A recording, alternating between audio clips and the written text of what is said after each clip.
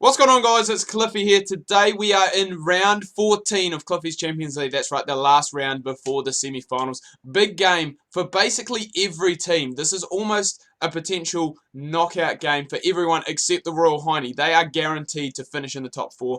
Everyone else, between 2 to 7, could still drop out if results do not go their way. First up, Wicket takers. They'll be looking to spoil the Vikings party. I did go and get it right. They'll be looking to spoil that. The Vikings will be looking for a win to go and guarantee themselves a place in the top four. Let's go and get straight into it. It is the Wicket takers who are batting first. And remember, they are just playing for pride here today. Very strange that we see a team who won last season go and possibly finish with the wooden spoon. However, a win today would go and change that. Few early wickets. We've got Warner, who's gone to Wade for 13. And then we've got Ellington, the captain, bowled by Baxter. Caught Spearman for 5 off 8. And a good start here for the Vikings. They'll be looking not only to win this game to enhance their chances, or guarantee their chances of going and making the top four. They'll be looking to go and take some winning momentum into the game as well. We've had a couple of run-outs. Barnes has gone run out to Brown. Romeo's gone for 26 off 34, run out by Spearman.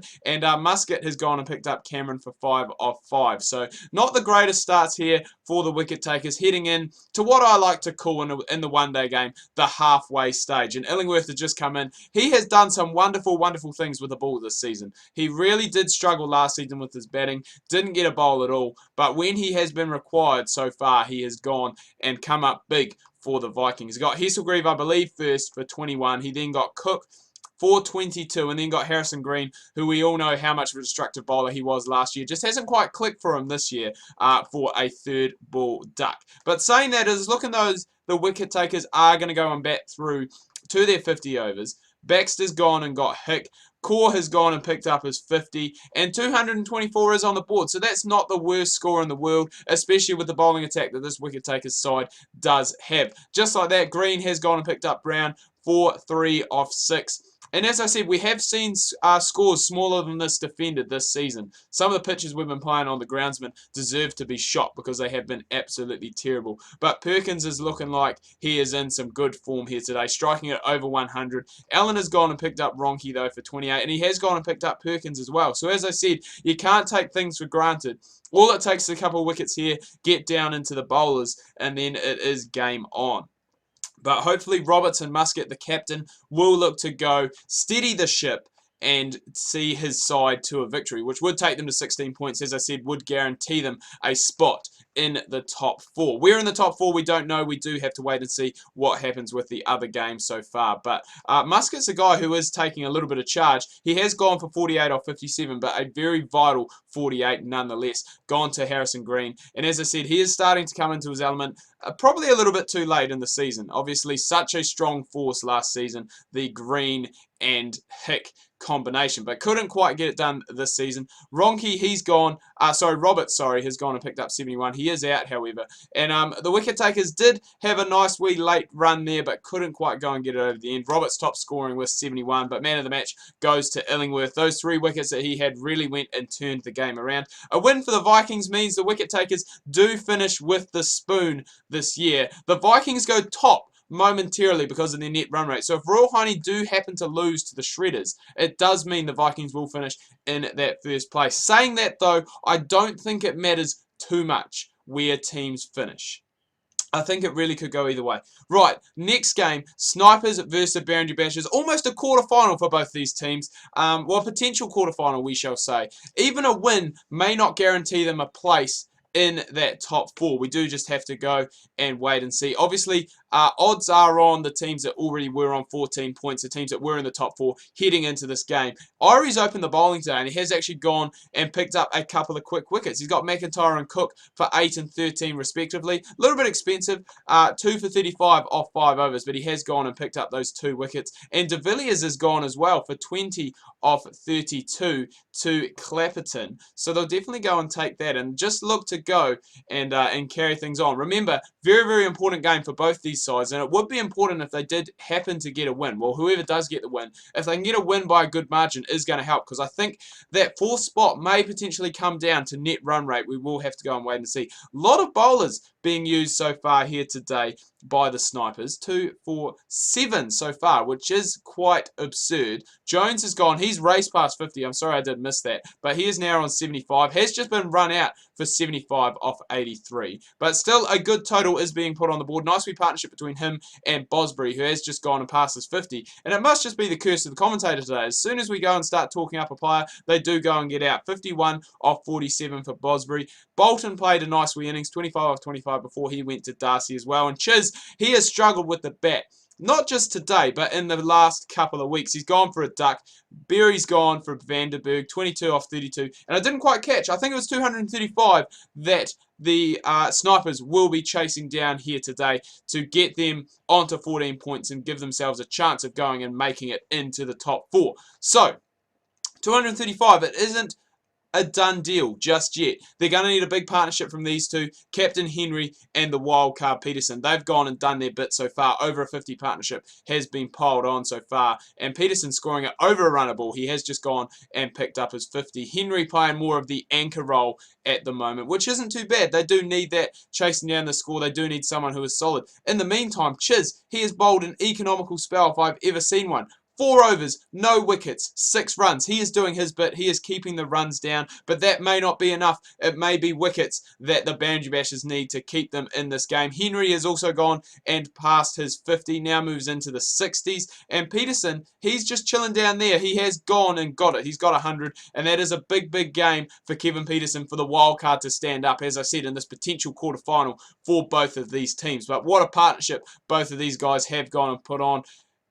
Peterson has finally gone 125 off 120 deliveries. Of course, he gets the man of the match, and Henry in the end gets up there. 104 not out off 117. And even if the snipers don't manage to go and make it into the top 4, we must applaud them for the great, great season that they have gone and had. Because I think after about 5 or 6 rounds, they were dead bottom. They hadn't won a game. They have gone since then and really picked up their act. 14 points. As I said, it may not be enough for them to go and get into the top 4, but a very good effort nonetheless. Right, next up we have the Royal Heiney taking on the Shredders, and the Shredders do need a win here, which would guarantee them a place, and then it would be between the Sharks, the Snipers, and the Sledging Cyclones. However, if Royal Heiney do manage to go and pick up the win, they are going to finish as the premiers, and it is going to leave the Shredders probably with a sour taste in their mouth, because it means that their top 4 hopes are almost done and dusted unless the Sharks do have a big, big loss. So, big game again here. I feel like I say that almost every episode. It feels like in the last 4 weeks, the last month, that every game in this tournament has been absolutely massive. And this is what I love. It was good last season, but I think this season, introducing more players, introducing more teams, we've got a lot more of a level playing field. Anyone can beat everyone, and that does seem to be the case. Right, now let's go and get into the gameplay. So Amlar, I believe he went first for 11 off 14, bowled by Wright. Dahingar's hanging in there. He is past 50. He's on 65 now. Kumar's been run out for 16 off 19, and then Captain Spriggs goes and gets Connor for 6 off 6. Just as we're saying that, Hasty does go. He's out to Harvey for 20 off 29. But Dahingar, he is going and manning the ship at the moment. He is looking like he's playing the anchor innings, moving towards that triple figure score. And as I said, a big game again. This is a big game, and I just can't stop saying that at the moment. This is quite strange. This is something we haven't seen in a while in this tournament, and it probably is going to change just with the way things have been done. Dahingar has gone. He's passed his 100, but it was very strange. It was looking like for a period of time that it was going to be just the 5 bowlers that were going to be used by the Royal Heiney. Dean's gone for 68 off 55. Very good innings by him. And Livingston gone for 15 off 88. 271, a very big total for the Royal Heiney to go and chase down. Big game for them as well. They will want to finish top. They will want to finish as the premiers of this competition. Haven't started well, as both openers are now back in the hut, courtesy of Smith. Got Frost first for 12 off 11, and then picked up McCullum clean bowled for 9 off 16. And 270 all of a sudden does look quite a wee way away. But saying that, the Royal Heiney, they have been the form team of this competition, been up towards the top for a majority of the season.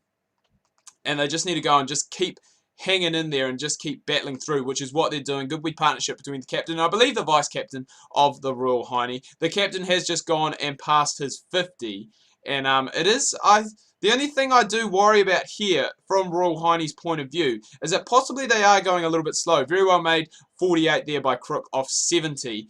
But are they going to have enough gas in the tank when things get tough towards the end of the innings? Fisher has gone for 12 off 13. Still got Harris, Champion, and Taylor to come in, but someone is going to have to need to score quickly because there is over 70 runs that is needed in these last 10 overs. Spriggs is really going to have to go and put the foot on the accelerator. Harris is doing his job, 42 off 30. Spriggs has just gone and passed 100. Will it be in vain, though? That is the question. I think it is. I think they have left their run just a little bit too late. Harris has gone for 55 off 41 to Toner. And would you believe it? The final game of the season and the match has bloody been tied. Oh my God. The Royal Heiney looked dead and buried. They looked out of it. But that point could be quite crucial for the Snipers as well as we go and have a look at the table heading into the final game of the round. As you can see, Royal Heiney with that point, I didn't even think of that, do go and finish top. And the way things stand at the moment, the Sharks do need a win to go and break into... They need a win to go and break into the top 4. The Sledging Cyclones need a win, but they need to win big. They need to turn around a big deficit with their net run rate. So this is a big, big game. A win for the Sharks would see them leapfrog up into second, possibly third, would knock the Snipers out, but the Shredders... the Shredders have done enough actually now to go and pick up a top 4 place with that draw, with that tie in the last game. It is the Sharks who are batting first, and man, this is the end of what has been an incredible, incredible season for Cliffy's Champions League in Season 2. I am so excited now for Season 3. If it is anything like Season 2 has been, it is going to be an absolutely incredible, incredible competition. It's been so much fun to record. I'm saying this, but we still do have the semi-finals and the finals left to do. Right, Wicket time. So I believe it was Turnbull who went first to Lindsay for 38 off 30. Then Lickley went to Mackenzie for 21 off 42. We have lost Earl for 6 off 11. Butler's gone for 11 off 12, and Harper is gone for 8 off 7. So things not looking good. Nadeem goes and picks up Bennett for 2 off 4, and things not looking good for the Sharks here. Remember, they do need a win in this game to see themselves finish inside the top 4. We were doing so well. We were top of the table for like the first 6 rounds, and then we have just gone and dropped off. So we're going to need a big innings from myself and Jay Pookie, the all-rounders. Russell, he's hung in there, 50 off 72, and just needs something to go and bowl at. A lot of bowlers being used by the Sledging Cyclones today, and this is just what they need. If they had managed to go and pick up these last couple of wickets early on, it could have been a big win for them. But Cliff, he's gone and passed his 50.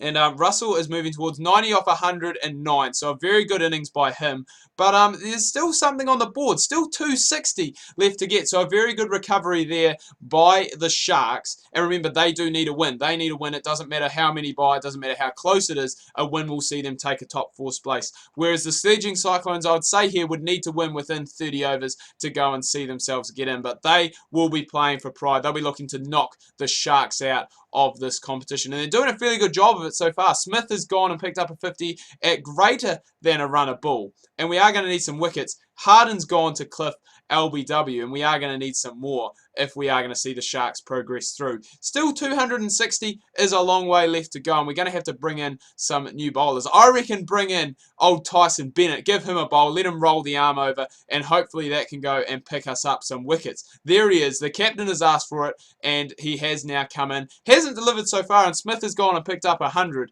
So things are looking very good for the Sledging Cyclones, and not so good for the Sharks here. To think the way things were at the start of the episode, you would have almost guaranteed that the top 4 would have gone and stayed in the top 4. Lickley has gone and got Ray for 49 off 58. Bennett's gone and got Lindsay, but I think it may be too little too late. Smith has really gone and anchored the innings very well here today, and he has gone and done the job. And this is going to see 10 more runs, see the Sharks knocked out of the competition, which is what has happened. 152 not out off 151 balls by Smith. And just like that, it is now sinking in that the Sharks have dropped out. The Sharks have not made the top 4 of their own competition. The Sharks have not made the semi-finals. So just like that, this is how close the competition has been. So running through after 14 rounds, first your premiers, the Royal Heiney, followed by the Vikings, again a team that you wouldn't have thought would have finished in the top 2 with how they started the season as well. The Shredders, they got that draw that was enough to see them go and get up, and the Snipers, they're a bit of a fairy tale story as well, managing to finish in the top 4. Two teams that lost out just on net run rate, the Sharks and the Sledging Cyclones, very close game by both of them in the last round. Boundary Bashers in their first season finish in 7th, and the Wicket Takers CC, bit of a surprise, finishing with the spoon this year. So next week we have semi-finals, 1 versus 4, the Royal Heiney taking on the Snipers first, followed it up by the Vikings taking on the Shredders at the MCG, double header at the G. Cannot wait for that. Anyway, guys, do hope you've enjoyed this video. If you have, please remember to leave a like. If you are new, please do subscribe. Make sure you check out my Facebook and Twitter links that can be found down below in the description. Hope you guys had an awesome weekend so far. Make sure you tune in tomorrow. I've got more Don Bradman, my career, coming your guys' way. Make sure you do not miss that.